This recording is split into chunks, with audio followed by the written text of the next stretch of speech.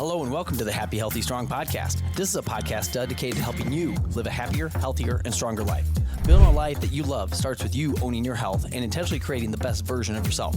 So if you're looking to better understand how proper nutrition, daily movement, mindset work, and strength training can help you create a life full of happiness and health, then you are in the right place. I generally hope that the tips, tricks, and information that we share will be the catalyst for change. I'm your host, Adam Lane. It's time to dive in. Ladies and gentlemen, welcome back to another episode of the Happy, Healthy, Strong podcast. I'm your host, Adam Lane. With me today, fourth time? Fifth time? I think it's fifth. Fifth time. Yeah. Thanks for having me. Coach Kyle, back on the show. Yep. Kyle, thanks for taking the time. Appreciate it. We're gonna run through this. We're gonna wham bam this podcast here, and get straight to the point. We have talking about topics here. Mm-hmm. We're gonna lay down 5 golden rules to live a happy, healthy, strong life. Mm-hmm. Simple things that aren't just, oh, I'm doing this cleanse, not just, hey, I'm just going to do this over 2 weeks. This is stuff if you do every day. Yeah. Most days, mm-hmm. Almost all the days, yep. And carry it out. You should be pretty good at the end. And there's no end. There's no end. No, you die. This list could go on forever. That's the end. Yes, I agree. But people think, oh, I'm going to work out, get in shape, and then be done. Be like, no, it's not like we need to keep these things going. We need to mm-hmm. keep all the stuff that we're about to hit, going. It's not just oh, I'm going to do this during the summer to get my summer bod. Oh, I'm going to work on this to get my, no, it's, you got to keep going and keep going and keep going and keep going. And it never, there's never a time where it's like, now you're allowed to lie on the couch and eat potato chips for months on end. Yeah. Honestly, if you do it right, you're going to want to keep going anyway. Yes. At least in my opinion. That's a huge point. You will enjoy it. Your body will thank you. Yeah. You'll feel good. Yeah. And you'll keep doing the habits that you've built. Mm-hmm. Golden rule number 1, Kyle. First one I have is healthy hobbies / stay active. Yeah. Because at the end of the day, not everybody is going to be into resistance training. Yeah. It's just not. Some people do rucking. Some people do hiking. Some people do bike riding. Some people play volleyball. Some people do other things. Pilates. The pickleball. Pickleball. That's a very new one and a very popular one. Mine is volleyball and resistance training and some flexibility stuff. Though I find it so much easier to do the stuff you enjoy doing versus constantly banging your head against the wall. I got to make it to this class every day. Just trying to do something that you enjoy. That is my big thing. I try to live my life that way. Yeah. Well, and I see a lot of people who come to us who tried I want to lose weight. So what do? They run. Hey, I own running shoes. I'm going to start running.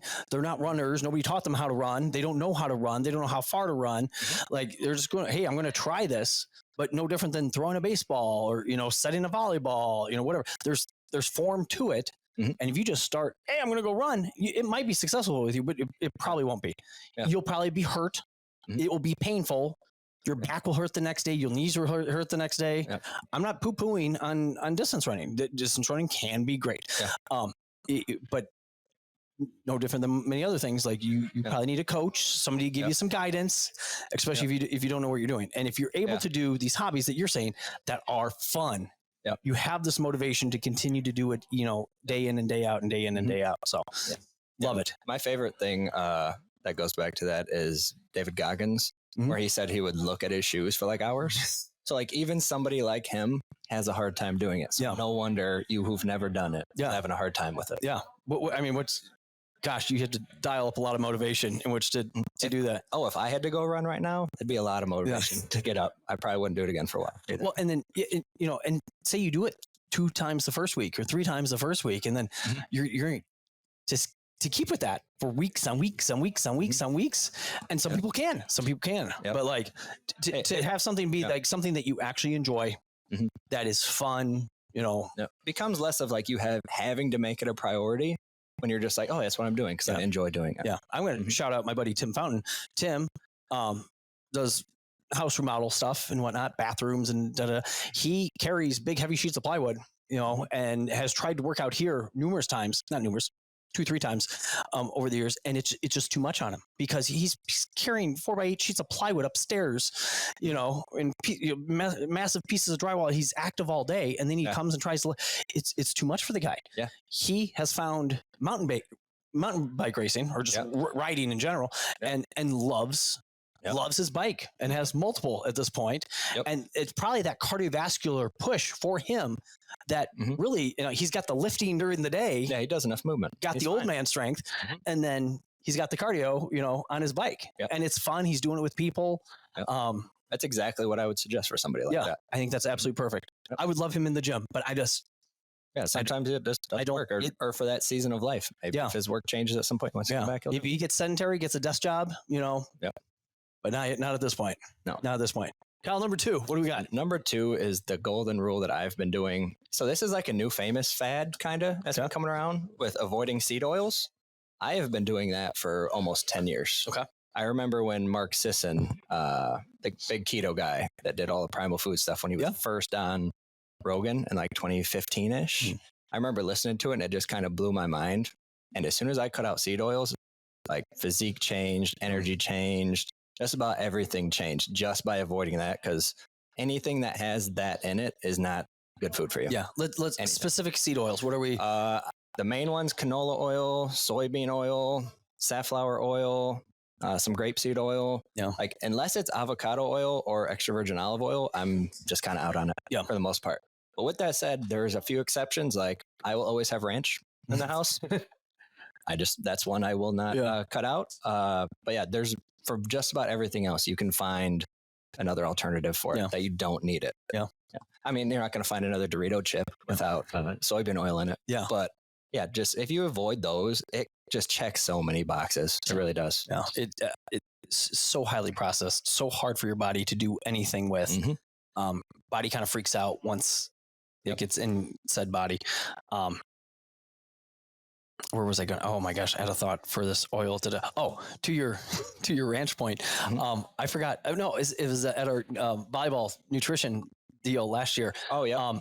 With Sam Matzel recommending that if you take, plain yogurt and mix in a ranch seasoning packet, it tastes just like ranch dressing. And it probably does. It's pretty close. And it probably does, but it's just like the convenience of it. Yeah, that's it. You just squirt it on. Like, and I don't use it every day. Yeah. And it's like when I want to have a salad or if I have pizza, I like a little side of ranch with it. And it's like, end of the day, if ranch is the only thing I'm having with soybean in it, it's fine. Yeah. But cutting it out 80% of the time, which is what I try to do with everything, that is the big one. Yeah. So, and along with that, just finding a way of eating that works for you, similar to what we were saying with the working out. Yeah. Some people can do carnivore. Some people can do keto. Some people can do all these different kinds of stuff. I find somewhere in the middle is best for me. Yeah. Eat a plethora of many things. Yes. The podcast that we've done, these 2 of the last 4 had Crystal Bullock on, and she's fantastic, Bulldog on, and she's great. But like it's so interesting how different things will work with different people for a period of time. And if you break down the foods, like there's Dave Asbury out there, who's the Bulletproof Coffee guy, saying how kale is a bad thing. Oxalates or whatever that's okay. And trying to create his own. And we're like, oh gosh, let's create more obstacles for people to get around. Yeah, exactly. Like you could say good and bad things. Hey, you need to have a smoothie in the morning, but you can't have a banana with the blueberries in it because Dr. Rhonda Patrick says that the banana, the something in the banana negates the thing. No, I agree. They make drink a smoothie. Yeah, they make it too complicated to the point because they're just trying to make money. Yeah. So if you don't, I've learned that if you don't specify, and especially the social media space, then it's going to come back to get you. And that's what they're trying to do. They're trying to say everything that they're not doing is bad, and it's never the case almost. And that's why this podcast is not as big as Rogan, because that's why we are kind of. That's exactly the reason why. It's not because of the people on the mics. No, we're fantastic. I agree. But we don't have many hard and fast rules. Different things work for different people. Yep. And if we were a carnivore podcast, I guarantee you we'd have more, Instagram followers and whatnot. And yada yada. Listeners, forgive the noise in the background. We have the Rockford University basketball team here that just decided to congregate outside the office. But we're gonna plug on through because the noise reduction button is popped. So. Kyle, number 3, what do you got? So number 3, prioritize your body / sleep. And this just goes with a lot of things. I mean, you can kind of couple this all in one, but just sleep is so important to your body in general.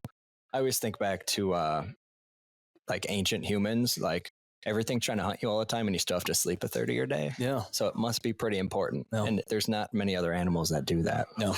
And you just look at any type of study that has any lack of sleep, everything goes wrong with your body. Yeah. Freak out mode. Everything. No. But yeah, just prioritizing your body, your sleep, your eating, what you're working out the day. A lot of times when I don't feel like working out, I just try to find what I think I need the most. Yeah. And that always seems to work for me. Yeah. That sleep is such a big, and this is so stupid. So easy, Kyle, because 20 years ago, or even like when nobody was talking about like, this is not a conversation people had. Because if we were going to stay up at night, it's because we're going to watch the TV, and we had a TV in the house. And so you're going to be in the living room, laying on the couch or on a chair or something like that, watching TV, watching Saturday Night Live, back in the day. And then my parents would kill me if they saw me like passed out in the recliner, on a Saturday morning, or Sunday morning, go to bed. But like at the end, we had to turn off the TV and walk to bed and actually lay down. Versus now, we can stay up as long as we want to. Just being engaged into all the things that are on the interwebs, and that'd be a thing. It's so important. Yeah, it's so darn important. I refuse to put a TV in my room. Then I do catch myself on my phone. So maybe I need to keep my phone out of my room as well. It's a catch-22. It is. But yeah, my favorite thing that Mind Pump says on this subject is chase health and not aesthetics. Yes. Yeah. Because if you chase aesthetics, you may not be healthy. If you chase health, you're going to be healthy and have the aesthetics that you need. Yeah. There are a few CrossFit things many CrossFit things I agree with. The one CrossFit thing I very much disagree with is there's this continuum between sickness, wellness, fitness. And I don't like that because I don't even know why it's a thing. I totally disagree with it. Yes. If you are more on the wellness side of from sickness, you work out, you do, but you can overdo things to the point of driving yourself into sickness. And that not be ideal. And you look at these professional athletes of any sport or of CrossFit or whatever, and you're like, oh, look how great and healthy they are. And these guys die and girls die before, long before other people because of the stress and whatnot that they put on their body. Again, just going to show how big of a deal this recovery is, sleep is. With clients where they'll tell me their schedule and they're like, I'm sleeping 5 to 6 hours a night. And if I go to get a workout, then I'm getting 4 hours. And I'm like, then I wouldn't work out. Yeah. I would wait for a season in your life where you can, or find some other way to work it in, because that's not going to do it for you. It's not. Number 4. Personal favorite of mine, a job that you don't hate. Because I did for a while, and it affects your life in a lot of ways that you wouldn't really think it does. Yeah. I see it all the time in people, and it kills your motivation. It hurts your sleep. I had a hard time sleeping at night sometimes because of it. Like, I just think a place that you can enjoy for most hours of your day is really important for your health overall. And it's less about how you look and more about mental. Yeah. Yeah. No, I think it's very interesting that, again, just what people need to do to make money. And we have people that, come to the gym that earn far less than other people that come to the gym, and the people that earn more are more stressed out and they have more awful things going on, but it's a really good paycheck for them. And so they, they keep doing what they're doing, and it is what it is. But if you can wake up every day and, hey, today's a gift, we're going to take it and run with it. And, even if it's whatever job of whatever, that is having a job that you kind of like a little bit makes that so much easier. Just try to make it into basically a space that you kind of like, whether that's a field or the people you like, to try and change it up. I thought I'd never be able to find a job as good or one that worked as well. And now I found 2 that work better. So just grass is greener usually. Yeah. And even just to keep the feelers out. If you're listening to this right now and be like, oh my God, I do hate my job, I have no hope. Like, again, you could glass half full here too. My wife teaches. It's draining on her, but she's 11 years out from retirement and pensions and things. I'm sure it's rewarding. And there is. And so not every second is drudgery. Yeah. There are definitely highlights within her day and great kids and rewarding moments and times that put smiles on her faces and stuff like that. So it's definitely a thing. Listeners, I apologize. I feel like it's getting louder. More and more kids again. Oh man, this is they're just they have a whole gym and they decide to congregate right outside of us. I don't know if they're windows too and everything. Kyle, let's wrap this up. Last tip here. Last one. This is a new one for me that I never really thought was important originally in my life, but now being 31, getting a little older, is relationships, and not necessarily in relationships that you keep, which is really important. Relationships that you keep and people that you want around that are doing similar things you are, living a good life, but cutting off relationships that aren't serving you anymore. Yeah. Just because you know somebody, or just because you've known somebody forever, does not mean they need to be in your life. That's not a good enough reason to keep somebody around. Yeah. And I think that's really important, and people don't know how much that can affect them on a daily basis. Yeah. I mean, the age-old quote of you are the sum or the average of the 5 people you hang around the most. Yeah. And what a real thing that is, what a normal thing that is. I feel like it's getting louder and louder. Yeah. Is it just me, or they're kind of great? Guys, I apologize. I'm so sorry. Holy cow. But no, that's a big deal, because we've seen people get drugged down by their friends if their friends don't eat well, if their friends don't take care of themselves, if they friends are doing drugs, you're doing drugs, yada yada yada. Yeah. What they're doing is cool. And when you get older, you get out a little bit and you realize a lot of those relationships, you were only in them because you were around them, not necessarily because they were the best people for you. Or there's a million friends and people out there you can meet. Yeah, and the flip side of that too, you see people, if you get around people who, I mean, my buddy Tim, he's got a group of guys that he loves to mountain bike with, and like those are his people. And I'll tell you what, I seem to enjoy a lot of the friends I've met around volleyball over the last couple of years than I ever got along with a lot of my older friends. Yeah. It's funny how things change, and it could be that some can be a 5 can be really, really good, or that some could be terrible. Mm-hmm. Bringing you up, bringing you down, whatever it might be. So but those are great. Again, if you're able to, 5 golden rules here. This is not just something that you do for a season. This is not, hey, sleep's important. That's what I got from this. This is I sleep now. I'm going to go to bed early tonight, but then, Friday night, I'll stay up till 3:30 and, playing stuff. And now they're applauding, guys. We're applauding. Yep. That's how you know it's time to wrap up a podcast. That's how great we did right there. Nothing but applause. We'll wrap it up there. Listeners, thanks for listening. Kyle, thanks for joining us. We'll catch you on the next one. That's all we have for you today. If you have any questions or want to chat or interested in seeing what we're up to in between episodes, head over to Instagram and Facebook and follow @OakStrength. Also check us out at oakstrength.com. If you like this episode, please share it with someone who wants to live happy, healthy, and strong. If you really liked it, subscribe and review the Happy, Healthy, Strong podcast on iTunes or Spotify. Be sure to tune back in next week, and remember to keep owning your health.